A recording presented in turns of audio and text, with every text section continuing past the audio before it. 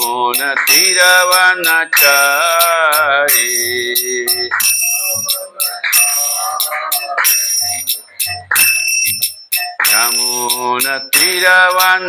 यमुनतीरवनचारी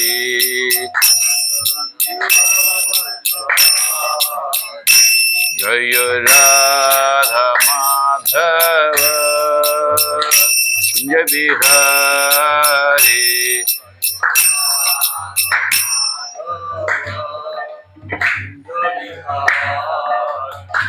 जय जय गोपी जन वल्लभ गिरधारी जय गोपी जन वल्लभ गिरधारी यशोदनंदन ब्रज जन रंजन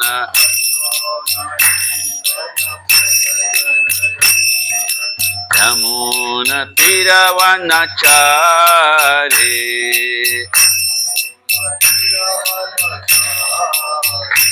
हरे कृष्ण कृष्ण कृष्ण हरे हरे हरे राम राम राम हरे हरे हरे कृष्ण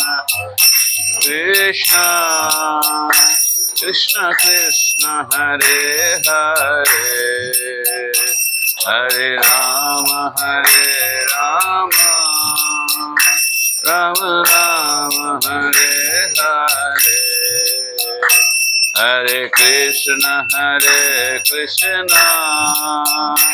कृष्ण कृष्ण हरे हरे हरे राम राम राम हरे हरे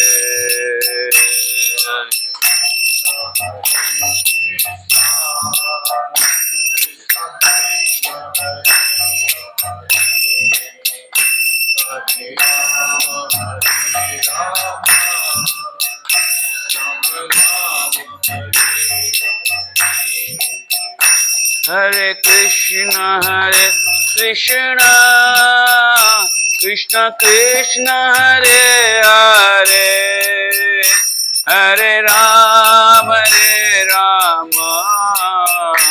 राम राम हरे हरे कृष्ण कृष्ण कृष्ण हरे हरे हरे राम राम राम हरे हरे हरे कृष्ण कृष्ण कृष्ण हरे हरे हरे राम राम राम हरे हरे कृष्ण कृष्ण कृष्ण हरे हरे हरे राम राम राम हरे हरे जय राधा गोपीनाथ राधे जय राधा गोपीनाथ राधे जय जगन्नाथ जय बलदेवा सुभद्रा जय सुदर्शन जय जगन्नाथ बलदेवा सुभद्रा जय सुदर्शन जय गौरनिताय जय गौरनिताय जय गौरनिताय जय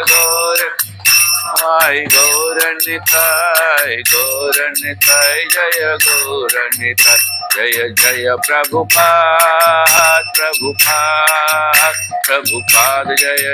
प्रभुपाद जय जय Prabhupada Prabhupada, Prabhupada. Jaya Jaya Gurudev, Gurudev, Gurudev Jaya Jaya Gurudev, Jaya Jaya Gurudev, Gurudev. Gurudev Jaya Jaya Gurudev. Nitai Gaur Hari Bol, Hari Bol, Hari Bol. Nitai Gaur Hari Bol, Nitai Gaur Hari Bol, Hari Bol, Hari Bol. Nitai Gaur Hari Bol. नाम संकीर्तन की, हरे कृष्ण महामंत्र की, श्री राधा गोपीनाथ भगवान की, श्री जगन्नाथ बलदेव सुभद्रा माई सुदर्शन की, श्री गौरनिताय भगवान की, श्रील प्रभुपाद की, उपस्थित गौर भक्त वृंद की, उपस्थित गौर भक्त वृंद की, उपस्थित गौर भक्त वृंद की, श्री गुरु और गौरांग की जय। गौर प्रेमानंदे। ओम नमो भगवते वासुदेवाय।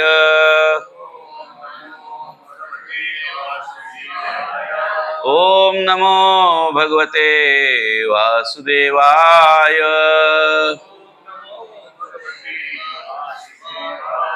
ओम नमो भगवते वासुदेवाय।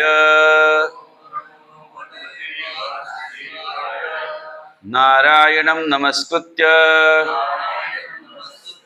नरं चैव नरोत्तमं देवीं सरस्वतीं व्यासं ततो जयमुदीरयेत्।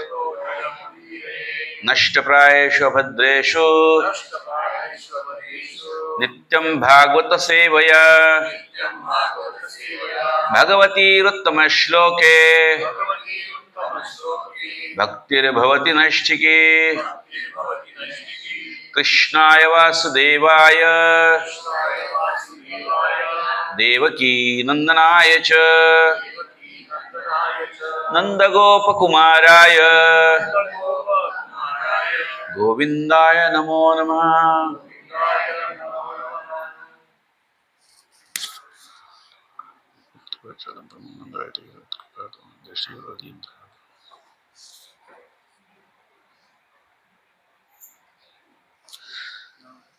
हरे कृष्णा। सर्व उपस्थित भक्तांचं हार्दिक स्वागत आहे आजच्या या साप्ताहिक भागवतम अध्ययन वर्गामध्ये। आणि मला जे सेवा दिलेली आहे त्या सेवेनुसार आजची श्लोक संख्या आहे श्रीमद भागवतम स्कंद 1 अध्याय 3 श्लोक संख्या 13। अष्टमे मेरुदेव्यां तु नाभेर्जात उरुक्रमः दर्शयन् वर्त्म श्रीराणाम् सर्वाश्रम नमस्कृतम्। अष्टमे मेरुदेव्यां तु नाभेर्जात उरुक्रमः दर्शयन् वर्त्मधीराणाम् सर्वाश्रम नमस्कृतम्। अष्टमे मेरुदेव्यां तु नाभेर्जात उरुक्रमः दर्शयन् वर्त्मधीराणाम् सर्वाश्रम नमस्कृतम्।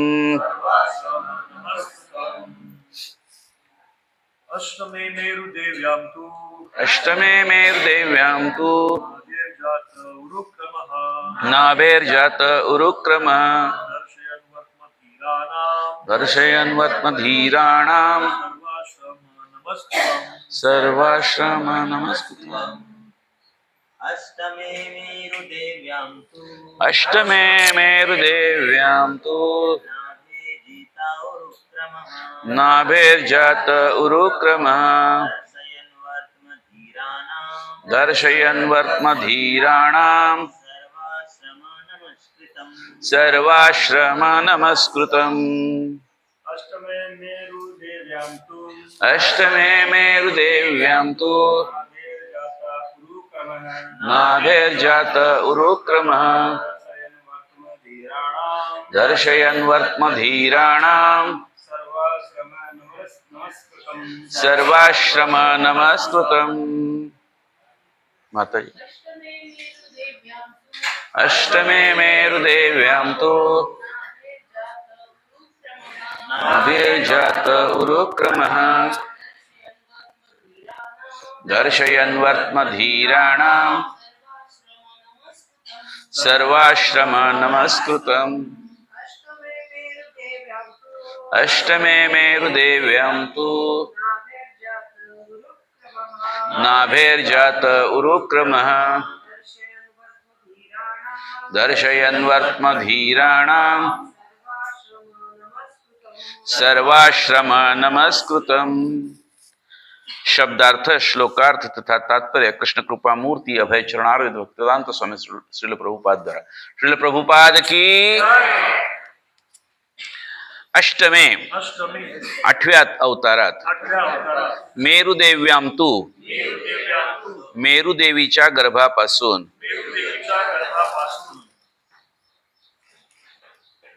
ची पत्नी नाभे राजा नाभीच्या द्वारा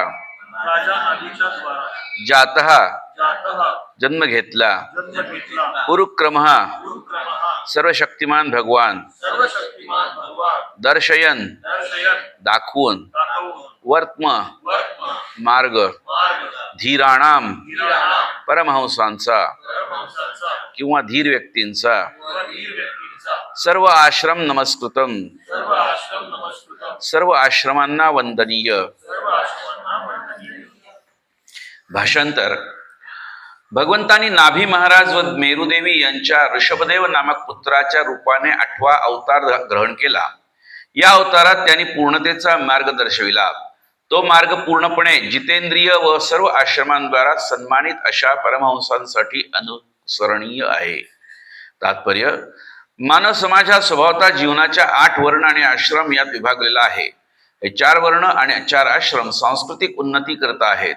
बुद्धिजीवी वर्ग ब्राह्मण, शासक वर्ग क्षत्रिय, उत्पादक वर्ग वैश्य आणि श्रमजीवी वर्ग शूद्र हे 4 विभाग उद्योग करणाऱ्या लोकांचे आहेत। आणि ब्रह्मचर्य, ग्रहस्थ, वानप्रस्थ आणि संन्यास हे 4 आश्रम विभाग आध्यात्मिक मार्गाकडे जाणाऱ्या सांस्कृतिक उन्नतीचे आहेत।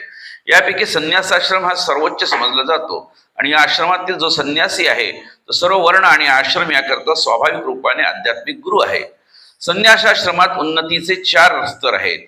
या स्तरांना कुटीचक, बहुदक, परिवारजकाचार्य आणि परमहंस हे म्हणतात। परमहंस संस्था ही पूर्णतेची सर्वोच्च स्थिती आहे। ही स्थिती सर्वांसाठी सन्माननीय आहे। राजा नाभी व मेरुदेवी यांचे पुत्र ऋषभदेव हे भगवंतांचे अवतार होते। त्याने आपल्या पुत्रांना तपस्येच्या मार्गाने पूर्णतेच्या मार्गांचे अनुसरण करण्यास शिकवले। असा मार्ग मनुष्याचे अस्तित्व पवित्र करतो, तसेच सतत सर्वोधमान शाश्वत अशा आध्यात्मिक सुखाची प्राप्ती करण्याची योग्यता प्राप्त करून देतो। सर्व प्राणी मात्र सुखाच्या शोधात आहेत, परंतु असे शाश्वत अनंत सुख कोठे प्राप्त होईल हे त्यांना माहीत नाही। मूढ लोक वास्तविक सुखाच्या जागी भौतिक स्वरूपाच्या इंद्रिय सुखाच्या मागे लागलेले आहेत। परंतु असे मूढ लोक हे विसरलेले असतात की अशा तथाकथित इंद्रिय सुखाचा भोग कुत्र्यांकडून व डुकरांकडून देखील केला जातो। कोणताही पशु, पक्षी, प्राणी अशा इंद्रिय सुखापासून वंचित नाही। मानवासहित सर्व पशु योनींना असे सुख प्रचुर प्रमाणात उपलब्ध आहे। तथापि मनुष्य देह अशा हीन सुखासाठी नाही, तर आध्यात्मिक साक्षात्काराने अनंत शाश्वत सुख प्राप्त करण्यासाठी आहे। असा साक्षात्कार तपश्चर्येने प्राप्त करता येतो। तपस्या म्हणजे स्वेच्छापूर्वक इंद्रिय संयमनाद्वारा शोधनाचा स्वच्छेने स्वीकारलेला मार्ग। ज्यांना भौतिक सुखोपभोगाच्या त्यागाचे प्रशिक्षण मिळाले आहे त्यांना धीर म्हणतात। ते इंद्रियांद्वारा विचलित होत नाहीत। असे धीरच संन्यास स्वीकारू शकतात आणि क्रमाक्रमाने परमहंसाच्या स्थितीवर आरूढ होतात। ते समाजाच्या सर्व आश्रमांद्वारे व वर्णांद्वारे सन्मानित असतात। ऋषभदेव महाराजांनी या ध्येयाचा प्रचार केला आणि जीवनाच्या शेवटच्या स्तरात ते या जड शरीराच्या आवश्यकतातून पूर्णपणे अलिप्त झाले। जीवनाचा हा दुर्लभ स्तर किंवा अवस्था मूर्ख लोकांद्वारा अनुकरणीय नाही, परंतु सर्वांसाठी पूजनीय आहे।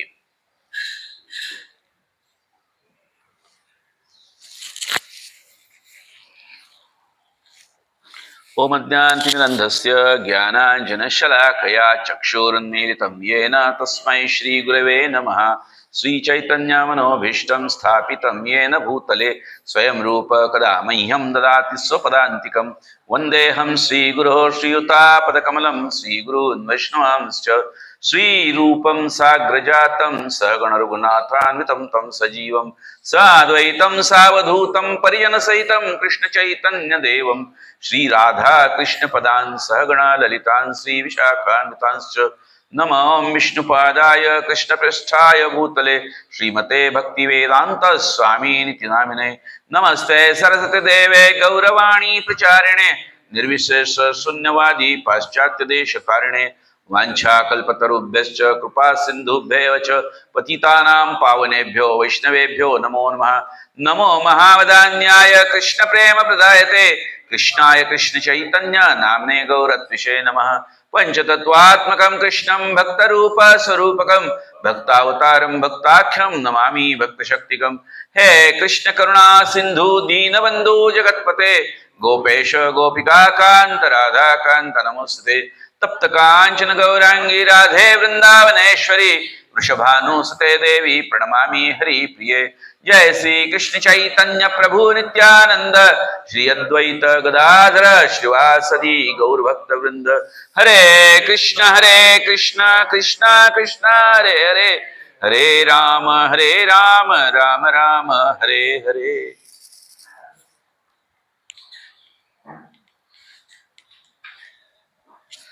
हरे कृष्ण। तर या भागवतम रविवारी भागवतम असते, आज मला पहिल्यांदाच ही सेवा करण्याची आज्ञा यांनी दिली लोकेश्वर प्रभूंनी, आणि माझी पात्रता तर नाहीच आहे, पण भगवान श्रीकृष्ण राधाराणी जगन्नाथ बलदेव सुभद्रा गौरनिताई श्रील प्रभुपाद सर्व पूर्ववर्ती आचार्य आणि आपण सर्व आणि या सर्व वैष्णवजनांच्या कृपेने प्रेरणेने आशीर्वादाने ही सेवा करण्याचा प्रयत्न करतो।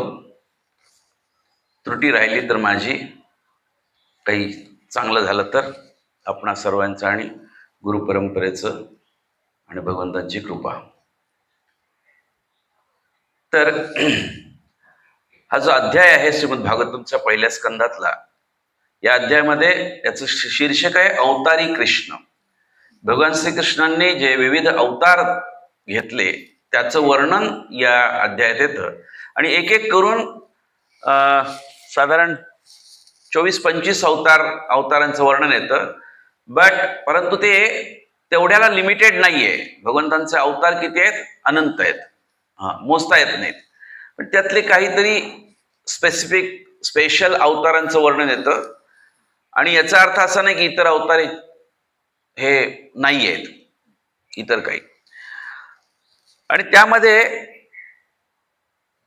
अवतारांचं वर्णन करीत असताना असंही नाहीये की क्रोनॉलॉजिकल आहे, यानंतर तो त्यानंतर तो, असंही नाहीये की काही अवतार आधी मागे पुढे असंही असू शकतं वर्णन। श्रीमद भागवतम मध्ये आपल्याला भौतिक जगतामध्ये इतिहासामध्ये असतं की पहिल्यांदा काय घडलं, नंतर काय घडलं, नंतर काय घडलं, असं असतं। परंतु आध्यात्मिक जगतामध्ये भूतकाळ नाहीये आणि भविष्यकाळ नाहीये, त्यामुळे जे काय आहे ते कंटिन्युअस वर्तमान काळ आहे। त्यामुळे हे आधी काय घडलं नंतर काय घडलं असा विचार करण्याची आपल्याला गरज नाही। पण अनेक अवतारांपैकी एक अवतार जो आहे त्याला इथे 8वा अवतार म्हटले। आणि सामान्यतः 8वा अवतार म्हणल्यानंतर कोण? विष्णूंचे जे दशावतारापैकी 8वा अवतार भगवान श्रीकृष्णाचा मानतो। परंतु भागवतम काय सांगतं? 8वा अवतार ऋषभदेव आहे। आणि ऋषभदेव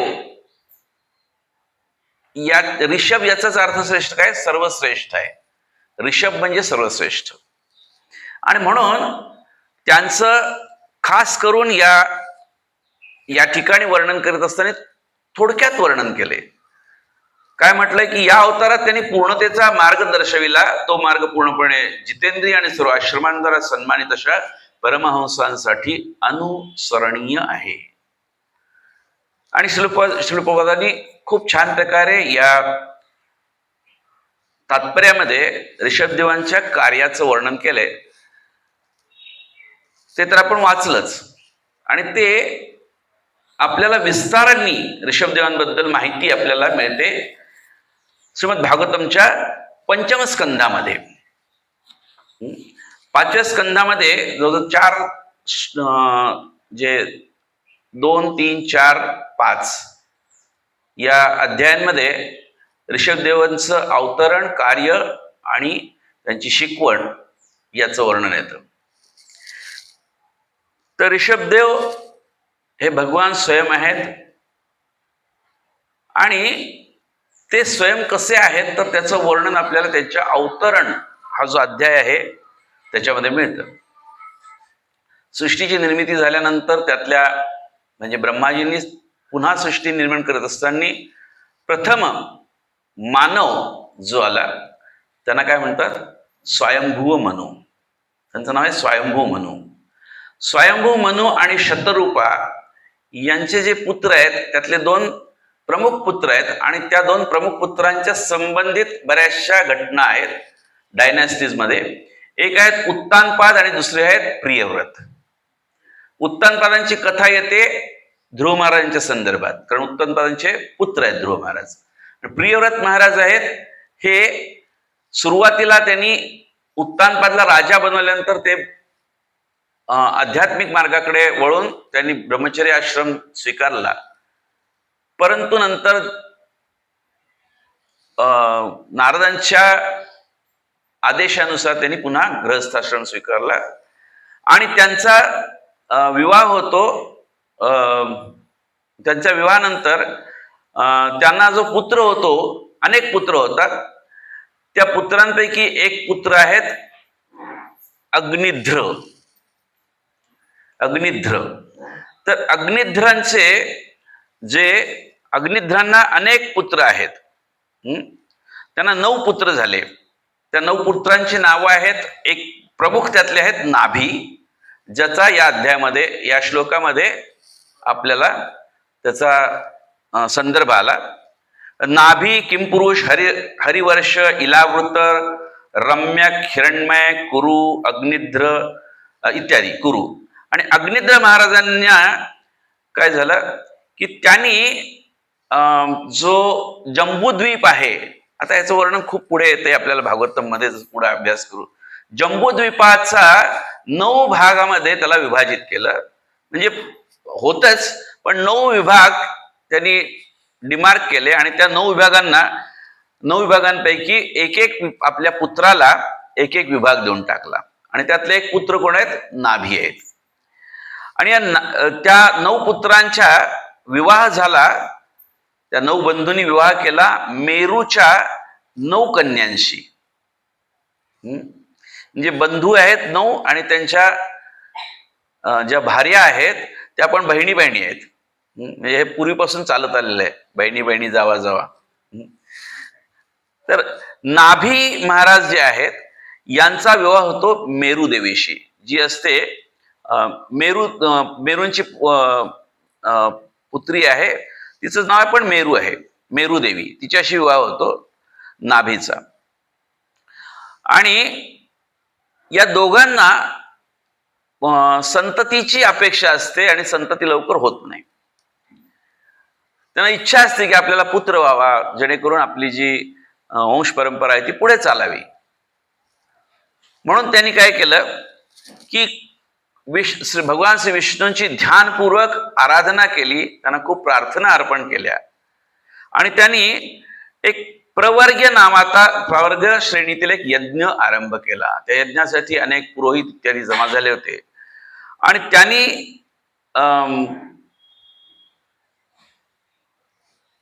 भगवंतांना प्रार्थना केली, विनंती केली पुरोहितांनी पण.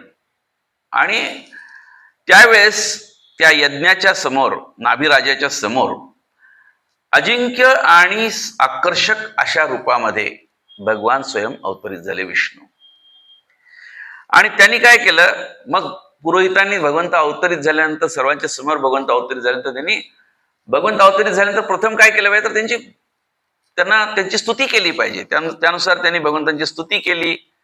स्तुती केल्यानंतर आपली स्थिती सांगितली, आपण किती पतित आहोत ते. हे सामान्य सर्व प्रार्थना ज्या भागवतम मधल्या आहेत त्यात 3 गोष्टी. पहिल्यांदा भगवत स्तुती, आपली स्थिती आणि आपल्याला काय आशीर्वचन पाहिजेत, या 3 गोष्टी असतात. त्यानुसार त्यांनी आपला जो हेतू आहे तोही पुरोहितांनी सांगितला की नाभिराजाला पुत्र व्हावा. आणि तो पुत्र कसा असावा, तर नाभिराजांची इच्छा त्यांनी सांगितली की भगवंता तुमच्या समान पुत्र व्हावा मला, नाभिराजाला. त्यावेळेस भगवान स्वयं अवतरित झाले आणि त्यांनी सगळ्या विनंती त्यांच्या स्वीकारल्या, प्रार्थना स्वीकारल्या. आणि ते काय म्हणाले की 5.13.3.37 मध्ये आपल्याला हे वर्णन येतं, हा श्लोक येतो. त्यावेळेस भगवान त्यांना म्हणाले की हे ऋषीगण हो, भगवंतांनी त्यांना देखील ऋषीगण हो, मी तुमच्या स्तुतीने निश्चित संतुष्ट झालेलो आहे. तुम्ही सर्वजण सत्यवचनी आहात. म्हणजे भगवंत तेव्हा स्वीकारता ज्यावेळेस कोणी सत्यवचनी असतो. त्यांनी केलेली स्तुती आहे ती भगवंतांना संतुष्ट करणारी असली तर भगवंत संतुष्ट होतील. आणि नाभी महाराजांना माझ्यासारखा पुत्र व्हावा हा वर तुम्ही माझ्याकडून मागितलेला आहे, परंतु त्यात एक अडचण आहे. तुम्ही पुत्र प्राप्ती व्हावं म्हणणं हे, अशी पुत्रप्राप्ती व्हावं हे कठीण आहे. का कठीण आहे, तर तुम्ही काय म्हणले की माझ्यासारखा पुत्र व्हा, पण माझ्यासारखा कोणी नाहीच आहे. माझ्यासारखा किंवा म्हणजे असम ऊर्ध्व म्हणले भगवंतानं, त्यांच्या समान कोणी नाही, त्यांच्यापेक्षा श्रेष्ठ कोणी नाही. भगवंत तर म्हणले की मला वचन तर द्यायचंय, तुम्हाला वरदान तर द्यायचंय, माझ्यासारखा मागितला तो मी देऊ शकत नाही, त्यामुळे मला स्वतःलाच तुमचा पुत्र घेऊन यावा लागेल. म्हणून ते म्हणतात माझा समतुल्य कोणी नसल्यामुळे माझ्यासारखी आणखी एक व्यक्ती आढळणे शक्य नाही. असो तरी देखील तुम्ही सर्व गुण संपन्न आणि सुपात्र ब्राह्मण असल्यामुळे तुमचे वचन असत्य ठरू नये. ब्राह्मणी गुणांनी परिपूर्ण असणाऱ्या ब्राह्मणांना मी माझे सुखच मानतो. ती पात्रता त्या पुरोहितांमध्ये होते, म्हणून भगवंत देखील त्यांची जी विनंती आहे ती मान्य करतात आणि ते गुणगान करतात ब्राह्मणाचं. पुढे काय होतं की हे जे त्यांचे नाभीना पुत्र होतो आणि त्या पुत्राचं नाव जे भगवान स्वयं आहे त्यांनी स्वतः सांगितलं मी येतो तुमचा पुत्र म्हणून, आणि पुत्र म्हणून आले. आणि त्यांचं नाव काय ठेवलं, ऋषभदेव.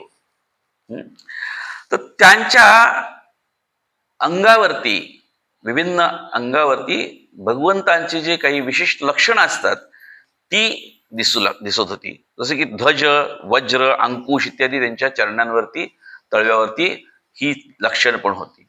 आणि त्यावरून आपण पाहू शकतो, कोणी उठून कोणी म्हणला की मी भगवान आहे तर शक्य नाहीये. एकतर त्याचं वर्णन श्रीमद भागवताम सारख्या, चैतन्य चरितामृत सारख्या अशा ग्रंथांमध्ये ते आलेलं असतं. दुसरं, त्या व्यक्तीकडे विशिष्ट लक्षणं दिसतात तर त्याला भगवान म्हणून स्वीकारता येतं. अन्यथा ते काय आहेत, म्हणजे बोगस भगवान आहेत, ते खरे भगवान नाही आहेत, भोंदू आहेत. त्यामुळे हे फार महत्वाचं आहे. आणि अशी लक्षणं दिसत होती. त्यांचं शरीर सुदृढ होतं, त्यांचं सामर्थ्य, बल, ऐश्वर, त्यांचं यश, प्रभाव, उत्साह, नाम सर्व काही सर्वश्रेष्ठ होतं आहे. म्हणून सर्वश्रेष्ठ किंवा ऋषभ असं त्यांचं नाव दिलं. ऋषभ देव म्हणून ते अवतरित झाले. त्यांनी जे कार्य केलं त्या कार्यामध्ये सर्वात पहिल्यांदा काय झालं की ज्यावेळेस ते असे सर्वगुण संपन्न भगवान स्वयं प्रकट झालेले आहेत, परंतु इंद्र भगवंतांना प्रत्येक वेळी ओळखत नाहीत. भगवंत अशा प्रकारे, म्हणून आपण पाहिलं की भगवान श्रीकृष्णाला सुद्धा ते ओळखू शकले नाही, त्यामुळे त्यांनी पर्जन्यवृष्टी केली, गोवर्धन लीला त्यातून घडली. या ठिकाणी काय घडलं, इंद्राला मत्सर वाटायला लागला, यात हा श्रेष्ठ होईल काय. म्हणून त्यांनी काय केलं, अर्थात हा जो अवतार झालेला आहे, भगवंत अवतरित झाले, जन्मस्थळ जे आहे ते वर्णन आलेलं आहे. अन्य भागवतामध्ये नाही पण अन्य ठिकाणी वर्णन आहे की ते अयोध्येमध्ये जन्माला आले, अयोध्येमध्ये जन्माला आले. आणि आपण लवकरच अयोध्येला जाणार आहोत. तर त्यांनी काय केलं, इंद्राने पर्जन्यवृष्टी थांबवली, पाऊस पडायला थांबवला. आता परिणाम काय होणार की दुष्काळ पडणार. परंतु ऋषभदेवांनी आपल्या सामर्थ्याने योगमाया नामक त्यांची जी अंतरंगा शक्ती आहे त्याच्याद्वारे त्यांनी अजनाभ नामक राज्यावर, म्हणजेच हे जे अयोध्या आणि त्याच्या आजूबाजूचा परिसर, त्याच्यावरती काय केलं, त्यांनी पर्जन्यवृष्टी केली. आणि या प्रकारे म्हणजे लगेच त्यांनी ह्या गोष्टीचं प्राकट्य दाखवलं, आपले काय, आपण कशासाठी आलोय आणि कशा प्रकारे आपण श्रेष्ठ आहोत तेही दाखवून दिलं. लवकरच त्यांनी ते काय झालं की त्यांचे पिता आहेत नाभी, त्यांनी पाहिलं की आपला पुत्र तर एवढा सर्वगुण संपन्न आहे, आपलं आता जे काही कार्य आहे, राज्यकारभार वगैरे आता हे बंद केलं पाहिजे, आता वानप्रस्थ घेऊन संन्यास्त होऊन गेलं पाहिजे. म्हणून काय केलं, नाभींनी राज्यकारभार सोपवला ऋषभदेवांकडे. ऋषभदेव संपूर्ण सृष्टीचे, संपूर्ण जगाचे सम्राट म्हणून स्थापन झाले. आणि इकडे नाभी महाराजांनी काय केलं, घर सोडलं आणि कुठे गेले, बद्रिकाश्रमला गेले. आणि त्या ठिकाणी त्यांनी भगवान श्रीकृष्णांचे अंशावतार असणाऱ्या नारायणांची आराधना सुरू केली. आणि त्यांच्या आराधनेद्वारे भगवान नारायण प्रसन्न झाले आणि नाभी महाराज वैकुंठाला गेले. इकडे ऋषभदेवांनी सुरुवातीला ब्रह्मचर्य व्रताचं काटेकोरपणे पालन केलं. आपण ऋषभदेवांच्या बाबतीत हे पाहू शकतो की त्यांनी सर्व आश्रम कशा प्रकारे पालन केले. आणि पुढे इव्हन जे वर्ण जे आहेत, क्षत्रिय धर्म, राजा आहेत, त्यामुळे क्षात्र धर्माचं पालन केलं त्यांनी. आणि त्याचबरोबर ते ब्राह्मणांना अतिशय आदर देत होते. आणि त्यांची जी शिकवण आहे त्यांच्या पुत्रांना, त्यामध्ये पण आपण पाहू शकतो की ब्राह्मणांना किती ते महत्व देतात. या प्रकारे त्यांनी संपूर्ण जी चातुर्वर्ण आणि आश्रम याचं काटेकोरपणे पालन केलं आणि त्याचं स्थापना पण केली. एक प्रकारे कसं योग्य प्रकारे केलं पाहिजे, स्वतःच्या उदाहरणाद्वारे. त्यांनी ब्रह्मचर्य आश्रमानंतर त्यांनी पुन्हा गृहस्थाश्रम स्वीकारला आणि त्यांनी जयंती नामक एका स्त्रीशी विवाह केला. ती त्यांना योग्य अशी पत्नी होती. त्या दोघांनी, हा फार महत्वाचा भाग आहे, हे वाक्य जे आहे भागवतम मध्ये लिहिलेलं आहे की त्यांनी श्रुती स्मृतीनुसार आदर्श ग्रहस्थ जीवन व्यतीत केले. की केवळ विवाह केला एवढं नाहीये, तर त्यांनी गृहस्थाश्रमाचं पालन केलं. आणि गृहस्थाश्रमामध्ये काय काय कार्य करायची त्याचं शास्त्रामध्ये खूप वर्णन आलेलं आहे. पण महाभारतामध्ये आपल्याला ज्यावेळेस भीष्मदेव युधिष्ठिर महाराजांना ज्ञान देतात, रणभूमीवरती पडल्यानंतर मृत्यूशयीवरती असतात, त्याच्यामध्ये हे सगळ्याचं वर्णन येतं. सामान्यपणे आपण तो पाठ वाचत नाही, आपली कथा संपते युद्ध संपल्यानंतर. परंतु खरा भाग तर दुसऱ्या महाभारताच्या, संक्षिप्त महाभारताच्या दुसऱ्या भागात आहे. इथे खूप मोठी शिकवण देतात ते. त्या प्रकारे या ठिकाणी त्यांनी काय केलं की आदर्श ग्रस्त जीवन व्यतीत केलं. आणि त्यांना 100 पुत्र प्राप्त झाले.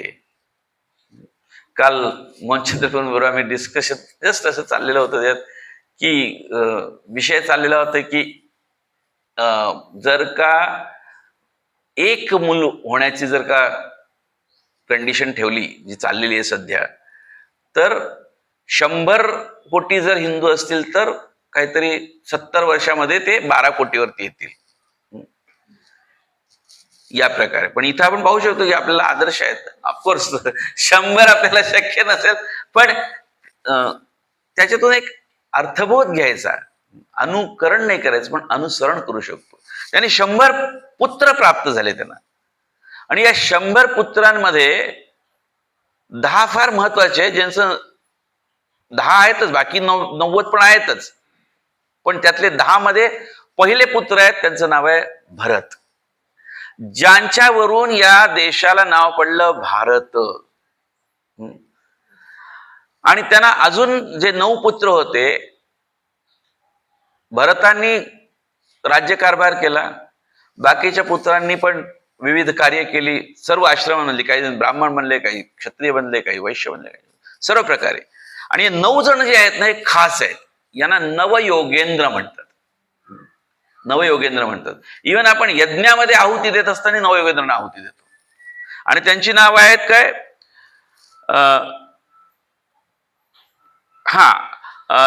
त्यांच्या बाकीच्या ह्याच्यामध्ये कुशावर्त, इलावर्त असे पुत्र पण आहेत. आणि 9 जण आहेत. त्यांचं नाव आहे कवी, हवी, अंतरिक्ष, प्रबुद्ध, पिप्पलायन, अविर्होत्र, द्रुमिल, चमस आणि करभाजन.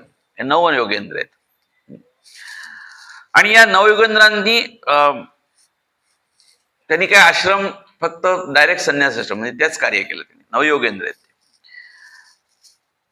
आता पहिल्यांदा त्यांनी उत्तम प्रकारे ब्रह्मचर्य व्रताचं पालन केलं, त्यामुळे ते उत्तम गृहस्थ बनले.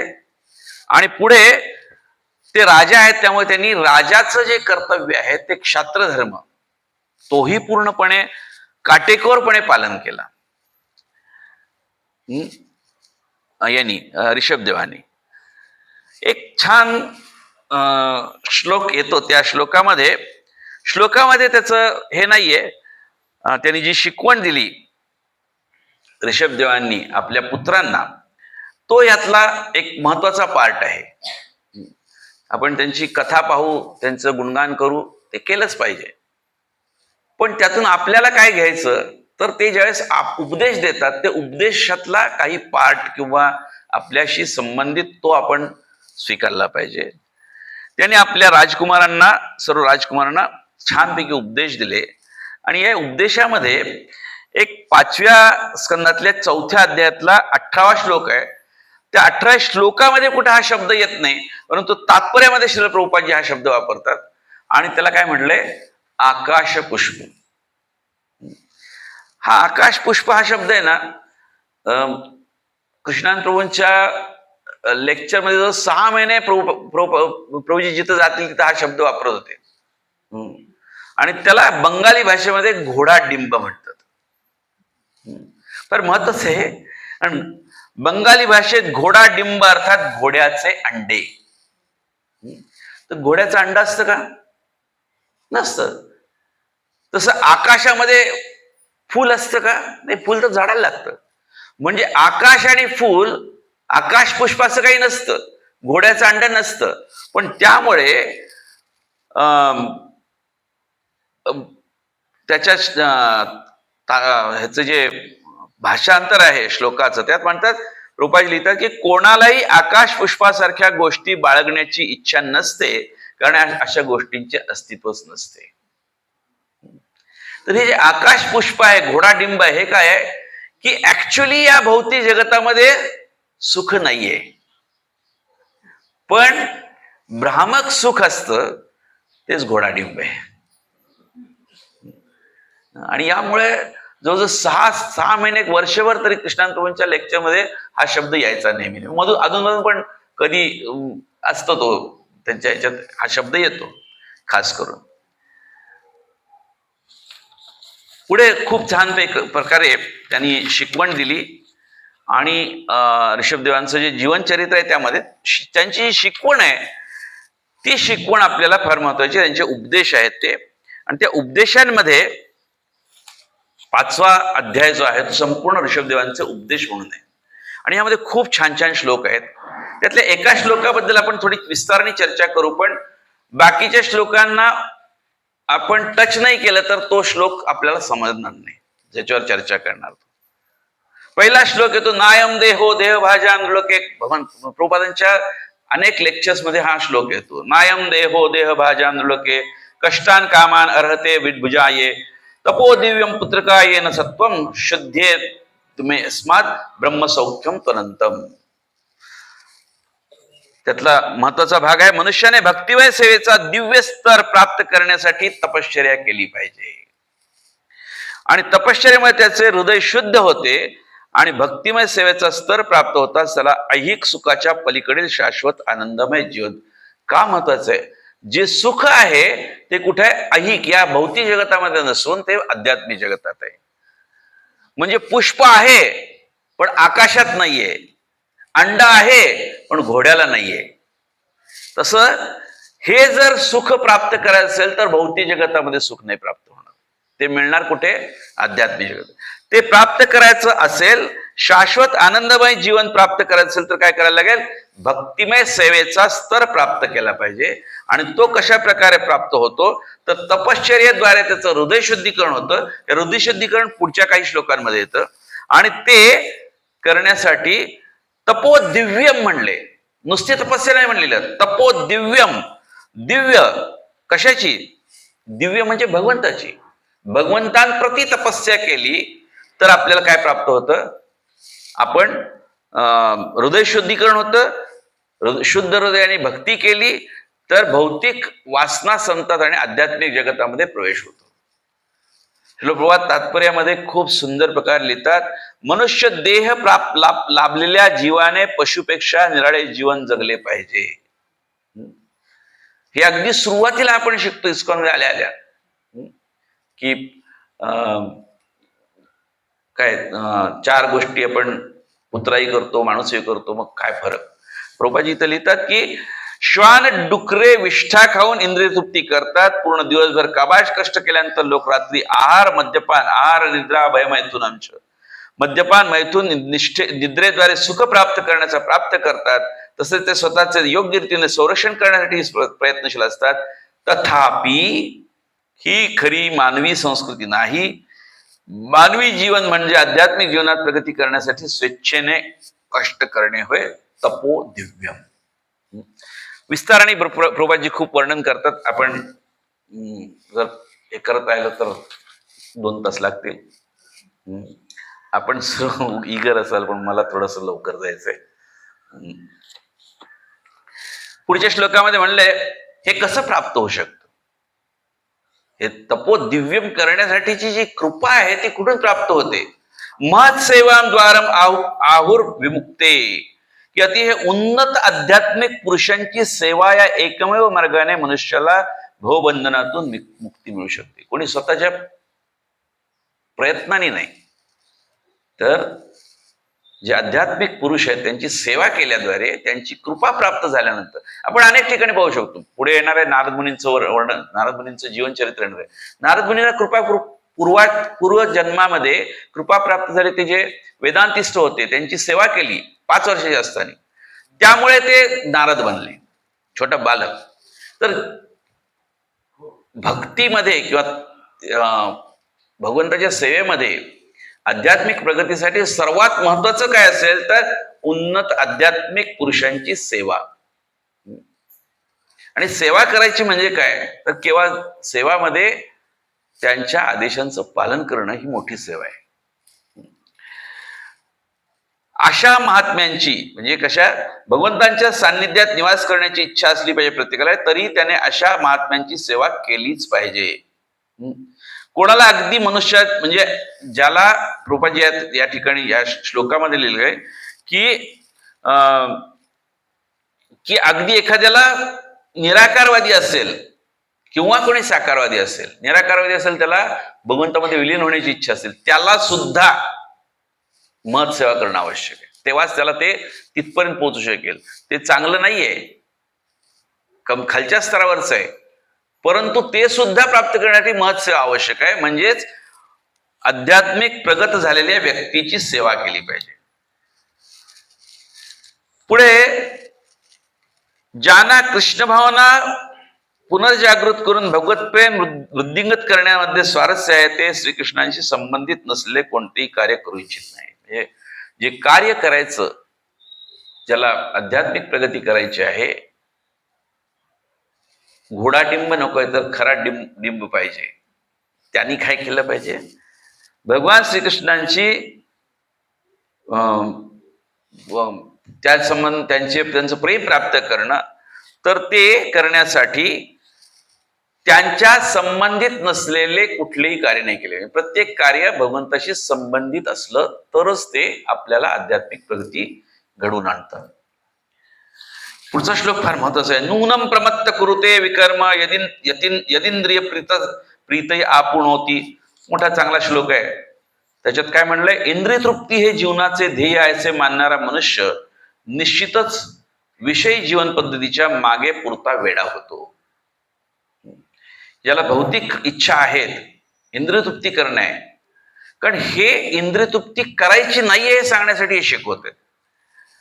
आपल्या पूर्वकर्मांमुळे तो पापकर्म करतो, त्यामुळे तो अगोदरच भौतिक शरीर मिळालं असतं, ते क्षणभूर असलं तरी त्याला दुःखाचे मूळ कारण आहे हे त्याला समजत नाही. आणि त्याप्रमाणे तो इंद्रिय तृप्तीच्या करण्याच्या इच्छेमुळे पुन्हा पुन्हा भौतिक शरीर प्राप्त होतं.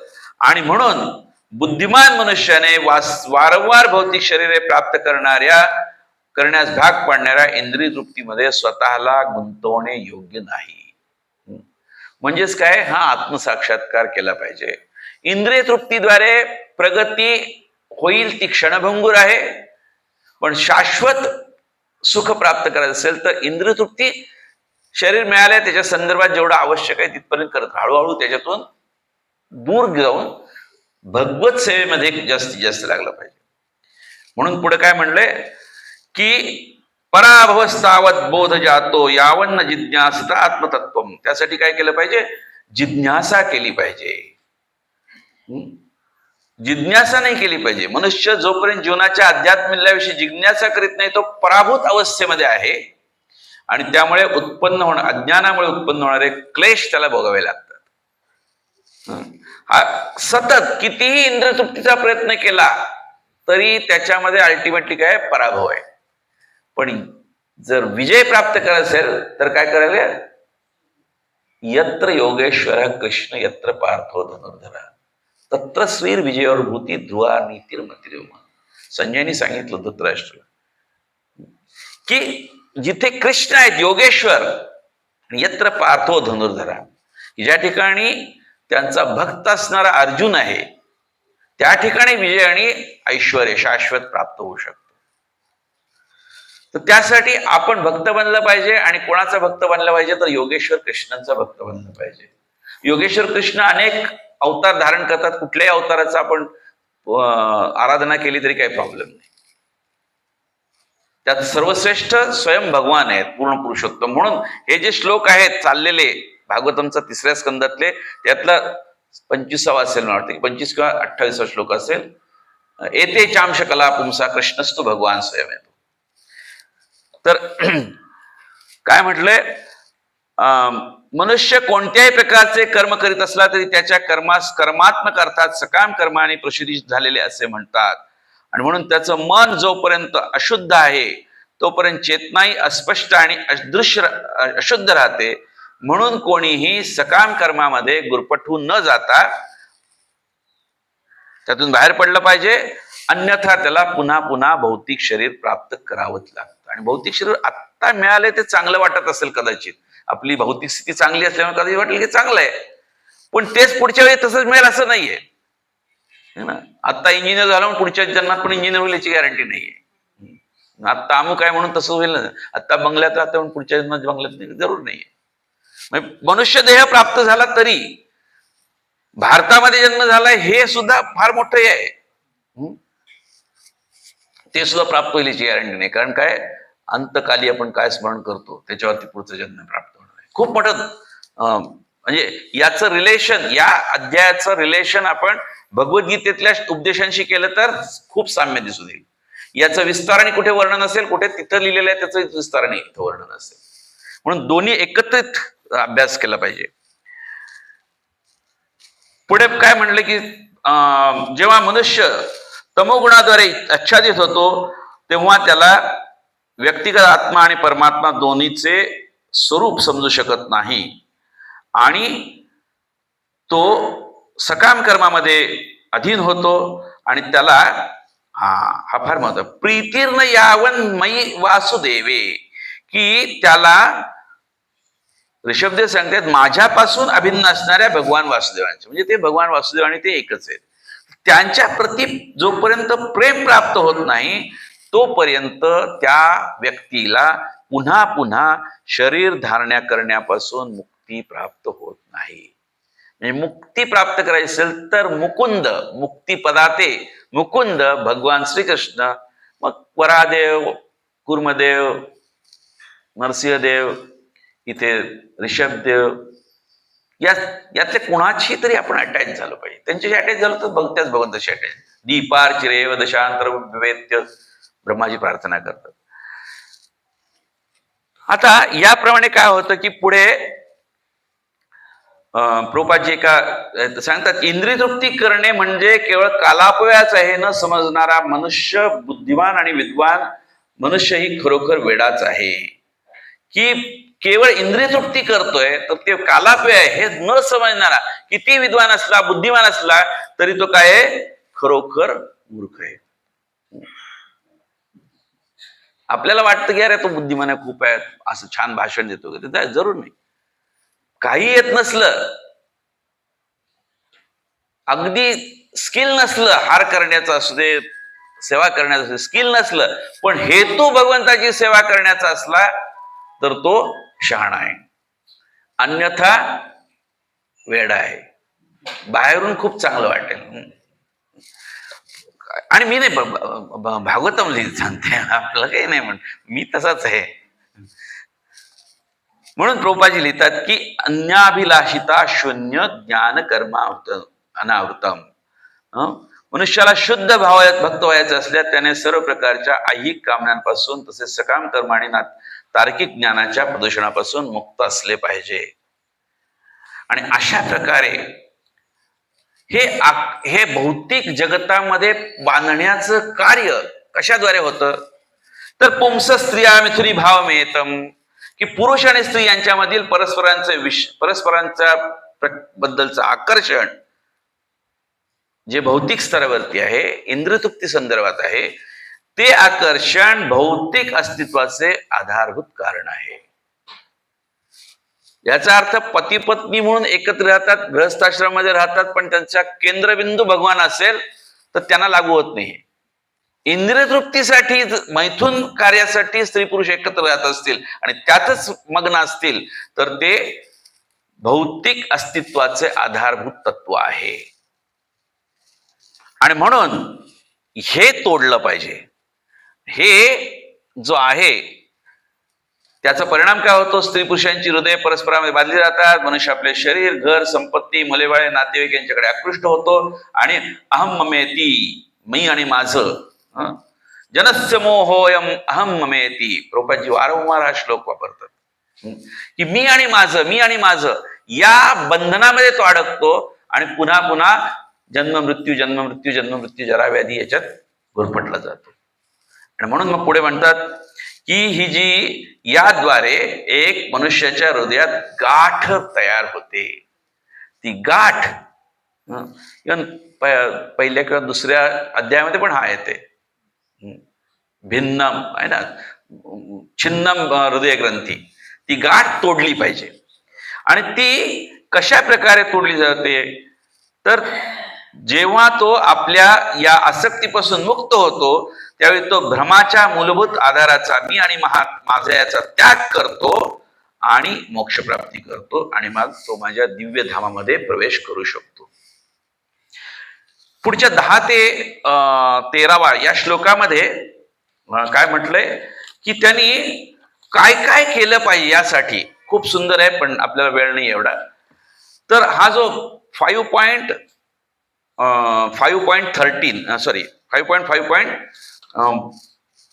10 ते 13 4 श्लोक आहेत, 10, 11, 12, 13. त्यांनी खूप प्रकारे काय केलं पाहिजे ते तात्पर्य आपण वाचलं पाहिजे. त्याच्यामध्ये तुम्ही काय केलं पाहिजे ते सांगतात. आणि त्याच्यामध्ये पहिल्यांदा तुम्ही एका अतिप्रगत परमहंस भक्ताचा आध्यात्मिक गुरु म्हणून स्वीकारला केला पाहिजे. सर्वात महत्वाचं काय, गुरुच आश्रय घेणे. आधी काय म्हणलं होतं की एक जो परमहंस आहे त्याची सेवा केली पाहिजे, मत सेवा.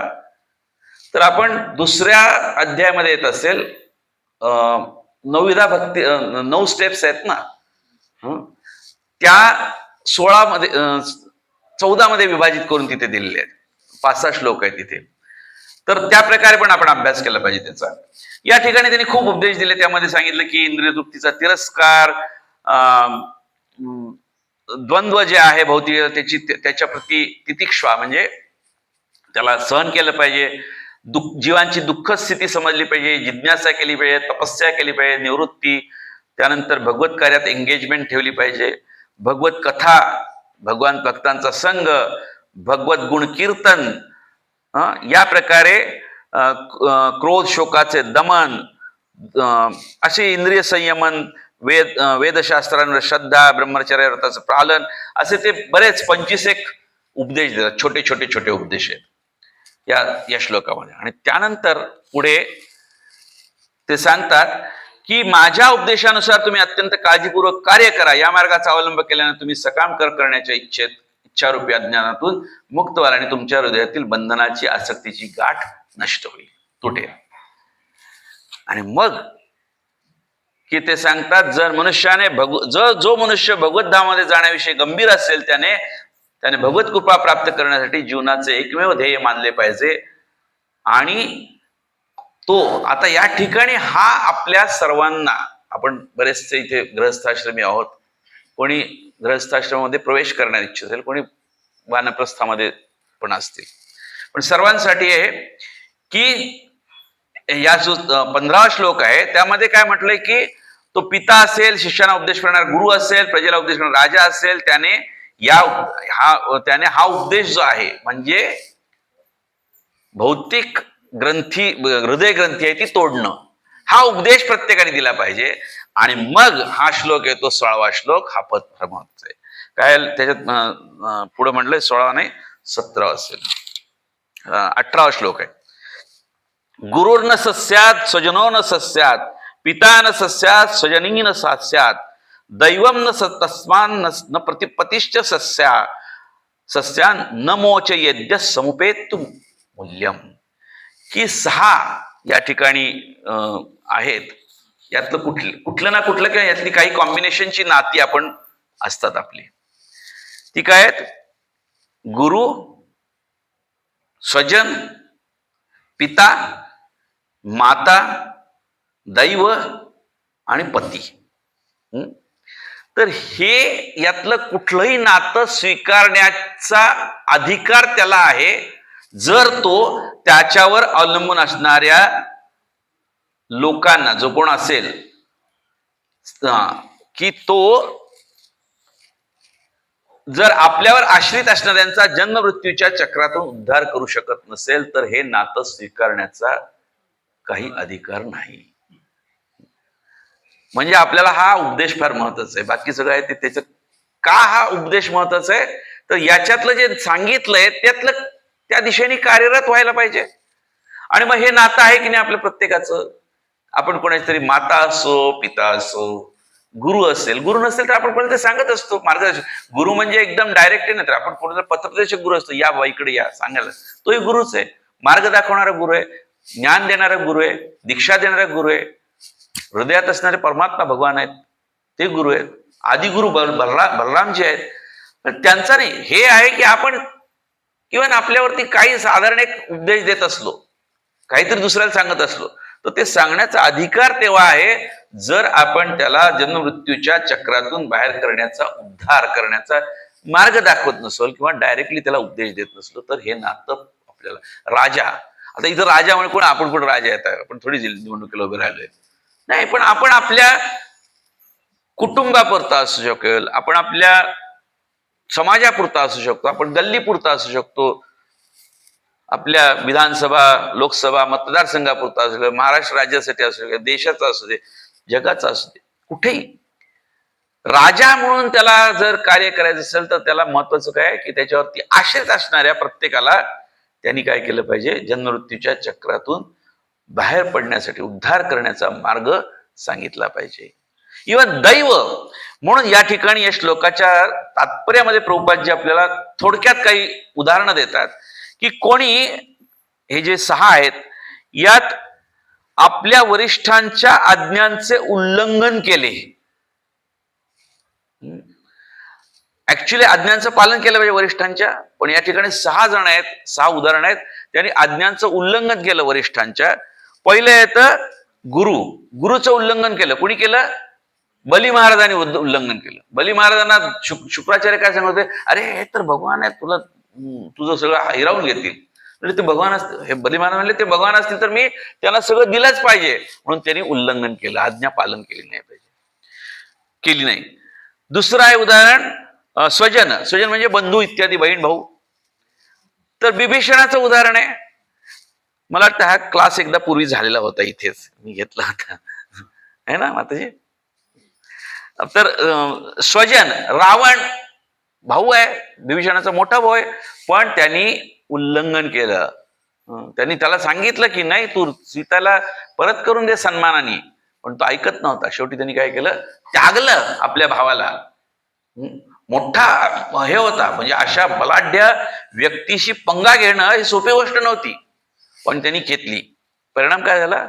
भगवत प्रेम प्राप्त झालं, भगवंताची कृपा प्राप्त झाली, आणि त्याला राज्यही प्राप्त झालं पुढे जाऊन. जसं बली महाराजांनी सर्वश्रेष्ठ गोष्ट प्राप्त झाली. तिसरी गोष्ट आहे पिता.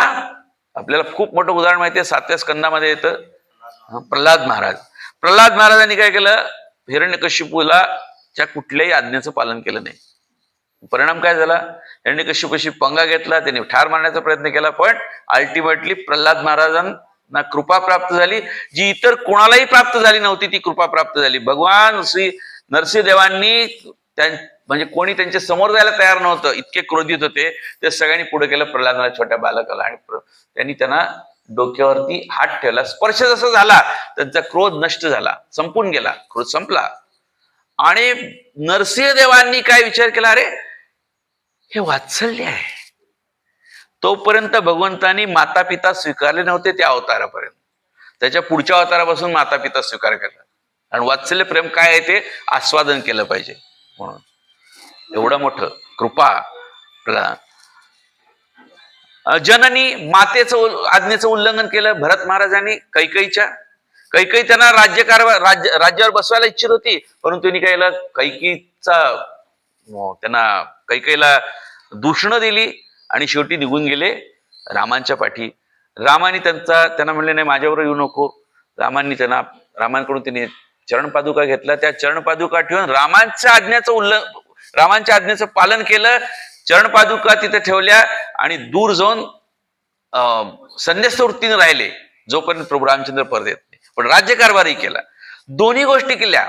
कधी कधी आपल्याला हे जे बॅलन्सिंग आहे ना, कर्तव्यही पालन करायचं आणि त्याचबरोबर आदेशांचं पालनही करायचं, तर हे प्रकार केलं त्यांनी भरत महाराजांनी.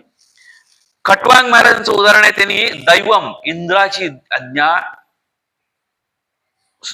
पालन नाही केली. इंद्र म्हणतो युद्ध करा पुढे तुम्ही, म्हणजे माझा एवढाच वेळ राहिला नाही, बस. ते खाली आले. त्यांना मोठं आयुष्य प्राप्त झालं असतं, परंतु त्यांनी ते सोडलं, आणि आत्मसाक्षात्कार करण्यासाठी स्वर्गलोकातून खाली धरतीवरती आले. आणि त्यांना सांगितलं होतं की घोड्यावरती चढण्यात, रिकीवीत पाय ठेवून घोड्यावरती चढण्यात जेवढा वेळ लागेल तेवढंच तुमचं आयुष्य शिल्लक राहिलं आहे. तेवढ्यात तुम्ही काय केलं पाहिजे? त्यांनी भगवंताचं नाव घेतलं, उद्धार झाला. पण त्याच्या आधी त्यांनी इंद्राचा सुद्धा त्याग केला. ते तिथंच राहिले असते, युद्ध करत राहिले असते, अनेक वर्ष युद्ध केलं असतं, स्वर्गात राहिले असते, पण पुन्हा इथं यायला लागला, पण उद्धार झाला नसता. आणि शेवटी आहे पतीच्या आज्ञांचं उल्लंघन करा असा आदेश आहे. कशासाठी? भगवंताची प्राप्ती करण्यासाठी. पती काय म्हणत होते? कृष्णांनी पाठवलं होतं आपल्या गोपबालकांना, इथं यज्ञ करतायत ते, त्यांचा आम्हाला भूक लागली तर आणा तिकडून काहीतरी. ब्राह्मण म्हणले नाही नाही, भगवंत यज्ञाला आहुती दिल्याशिवाय तुम्हाला कसं द्यायचं? ते म्हणले कृष्णाला लागतंय. त्यांना कुठं माहिती होतं? गोपबालक ओळखत नव्हते कृष्ण भगवान आहेत, म्हणजे योगमायेच्या पडद्याखाली. पण त्यांनी म्हणले नाही, या ब्राह्मणांच्या पत्नी होत्या, त्या म्हणले कृष्णाला पाहिजे, हे घ्या. त्यांनी सगळं खाद्यपदार्थ देऊन टाकले. पती म्हणत होते देऊ नको, आणि हे दिले. पती म्हणतात की मंदिरात जाऊ नको, इस्कॉनला जाऊ नको, तर काय केलं पाहिजे? भांडणं लावायचा उद्देश नाहीये. सगळे प्रगत भक्त आहेत, पण अर्थात याचा आपण जे प्रचारामध्ये कधी उपयोग करायला गेलो नाही, तुमच्या घरात भांडण का त्याला पतीचं ऐकून का, तसं नाही सांगायचं. प्रचार करताना टॅक्टफुली केला पाहिजे. पण तत्व काय आहे तर जिथे योग्य आहे त्या ठिकाणी भगवंताची कृपा प्राप्त करण्यासाठी कधी कधी असं उल्लंघनही केलं तरी काही प्रॉब्लेम नाहीये. खरं सांगायचं तर हे त्याचा करोलरी सांगितली या श्लोकामध्ये. मूलतः काय की हे नातं तेव्हा स्वीकारण्याचा अधिकार आहे जेव्हा आपण आपल्यावरती आश्रित आहेत त्यांना भगवंताच्याकडे घेऊन जाण्यासाठी आपण त्यांना काही कार्य करतो, त्यांना मदत करतो. अशा प्रकारे त्यांनी खूप मोठं तत्वज्ञान सांगितलं, अनेक गोष्टी पुढे सांगितल्या. त्यांनी सांगितलं की माझं शरीर जे आहे ते मानवासारखं दिसत असलं तर मी ऍक्च्युली मानव नाहीये आणि माझ्या इच्छेने मी हे शरीर धारण करतो. अशा प्रकारे त्यांनी खूप सांगितलं. आणि नंतर त्यांनी ब्राह्मणांचं महत्व सांगितलं. आणि तुम्हा सर्वांचा जन्म माझ्या हृदयापासून झालेला आहे, म्हणून माझे हृदय सर्व आध्यात्मिक गुणांचे उगमस्थान आहे, म्हणून तुम्ही विषयी आणि द्वेषी लोकांप्रमाणे आचरण करू नका इत्यादी आपल्या पुत्रांना सांगितलं. आणि मग त्यांना सांगितलं की कोण श्रेष्ठ आहे. दोन प्रकारच्या प्रकट शक्तींपैकी जीवनशक्ती उच्च आहे. जड निर्जीव पदार्थामध्ये हे जे आहे जीव श्रेष्ठ आहे. त्यानंतर वनस्पतींपेक्षा हालचाल करणारे कीटक आहेत, सर्प इत्यादी जीव श्रेष्ठ आहेत. सर्पांपेक्षा विकसित झालेले बुद्धी झालेले प्राणी श्रेष्ठ आहेत. अशा प्रकारे अनेक सांगत त्यांनी सांगितलं की इंद्रापेक्षा ब्रह्मदेवाचे दक्ष इत्यादी पुत्र श्रेष्ठ आहेत. ब्रह्मदेवांच्या पुत्रांमध्ये शंकर श्रेष्ठ आहेत. शंकर भगवंतांचे पुत्र असले तरी ब्रह्मदेवांपेक्षा श्रेष्ठ मानण्यात येते. ब्रह्मदेव माझ्या अधीन आहेत. आणि एवढं सगळं असून देखील म्हणजे सर्वश्रेष्ठ मी आहे भगवान सांगतात, पण ब्राह्मण मला प्रिय असल्यामुळे ब्राह्मण सर्वश्रेष्ठ आहे भगवान सांगतात इथे. अशा प्रकारे ते ब्राह्मणाचं महत्व. आता ब्राह्मण म्हणजे केवळ गळ्यात जाणं घातलं म्हणून ब्राह्मण नव्हे, किंवा ब्राह्मणाच्या कुटुंबामध्ये जन्मले. ब्रह्मजानाती ती ब्राह्मणा, ज्याला ब्रह्मज्ञान प्राप्त झालेला आहे तो इतरांना मार्गदर्शन करतो, इतरांना भगवंताकडे घेऊन जाऊ शकतो. म्हणून तो ब्राह्मण म्हणजे दुसऱ्या भाषेमध्ये आजकालचे शुद्ध भक्त आहेत, ज्याला आपण शुद्ध भक्त म्हणतो, ते श्रेष्ठ आहेत. आणि त्यामुळे ते मग पुढे सांगतात की खूप प्रकारे इंद्रिय शम दम तप आणि शौच इत्यादीचं सांगतात, प्रतीक्षा सांगतात, अनुग्रह घ्यायला सांगतात. आणि मग त्यांना सांगतात की तुमच्या सर्वांमध्ये 100 भरत श्रेष्ठ आहे, म्हणून त्याच्या आज्ञांचं पालन करा. पुढे जाऊन भांडणं पण व्हायला नकोत काही. पण केलं. कोण श्रेष्ठ आहे स्वतःच सांगितलं, भरत श्रेष्ठ आहे. ऑफकोर्स भरत महाराज किती श्रेष्ठ आहेत पुढे येतं. आणि ती कथा आहे ते भरत महाराज, हरिण, जड भरत, अशा प्रकारे. या प्रकारे त्यांनी ऋषभदेवांनी कार्य केलं. आणि त्यानंतर त्यांच्या कार्यामध्ये त्यांनी शेवटी आपल्या पुत्राकडे सगळं राज्यकारभार सोपवला. आणि नंतर ते वनात निघून गेले.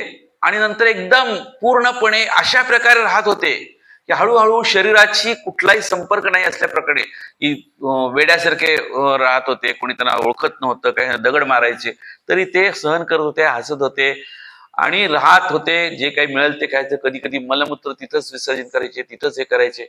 परंतु असं वर्णन आहे की त्यांच्या मलमूत्राला इतका सुगंध होता की 80 मैलापर्यंत त्याचा सुगंध पसरत होता. आणि नंतर त्यांनी आपलं जीवन जे आहे, म्हणजे जे ऑफकोर्स आपल्या धामामध्ये परत गेले, जंगलामध्ये, वणव्यामध्ये ते प्रविष्ट झाले आणि आपलं जीवन त्यांनी संपवलं. आणि मग त्यांचेच एक अनुयायी होते अर्हत. त्या अर्हतांनी थोडासा त्याच्यातूनच जैन धर्माची स्थापना झाली. आणि जैन धर्म थोडा डिव्हिएट आहे, पण ते पहिले व्यक्ती जैन धर्माचे कोण मानतात तर ऋषभदेव मानतात. तर अशा प्रकारे ऋषभदेवांचं हे चरित्र आहे, अतिशय आपल्याला प्रेरणादायी आहे. त्यांनी ब्रह्मचारी म्हणून कार्य केलं, गृहस्थ म्हणून कार्य केलं, वानप्रस्थित जीवन कसं दाखवलं, आणि संन्यस्त जीवन कशा प्रकारे जगायचं. त्या संन्यासमध्ये 4 गोष्टी प्रभुजी सांगतात: कुटीचक, बोधक, परिव्राजकाचार्य आणि परमहंस. त्या सगळ्यातला जो उच्च स्तर आहे परमहंस. परमहंस म्हणजे काहीच नाही, केवळ भगवंताचं स्मरण. कुटीचक म्हणजे संन्यास घेऊन एका कुटीत राहणं. बहुदक म्हणजे बाहेर जाऊन भिक्षा मागणं, भिक्षेत जे आले तेवढ्यावरती जीवन. परिव्राजकाचार्य म्हणजे प्रचारासाठी फिरणं. आणि त्याच्यापेक्षा परमहंस हा श्रेष्ठ. तो काहीच नाही, आतमध्ये पूर्ण स्वतः आतच हे असतो. तो उच्च स्तर आहे, तो स्तर त्यांनी प्राप्त केला. या प्रकारचं हे जीवन आहे. आणि त्यांनी हे करत असताना चारी आश्रमांचं पालन केलं, चारी वर्णांचा योग्य पद्धतीने त्याला सन्मान दिला, आपलं जे क्षात्रधर्म आहे तो पालन केला. आणि एक अतिशय आदर्श जीवन कसं असतं ते स्वतःच्या उदाहरणाने भगवंतांनी दाखवून दिलं. अशा भगवान श्री ऋषभदेवांच्याकडे आपण प्रार्थना करू शकतो, त्यांची जे उपदेश आहेत ते ऍटलिस्ट थिअरी तरी आपल्या माझ्यासारख्याच्या डोक्यात शिरू देत. मग कधीतरी भक्तांच्या कृपेने, गुरूंच्या कृपेने ती आजपर्यंत पोचली तर त्या उपदेशांचं पालन करून जे जीवनाचं उद्दिष्ट आहे ते प्राप्त करेल. हरे कृष्णा. Thank you very much. थोडा उशीर झाला, व्हेरी सॉरी. हरे कृष्ण.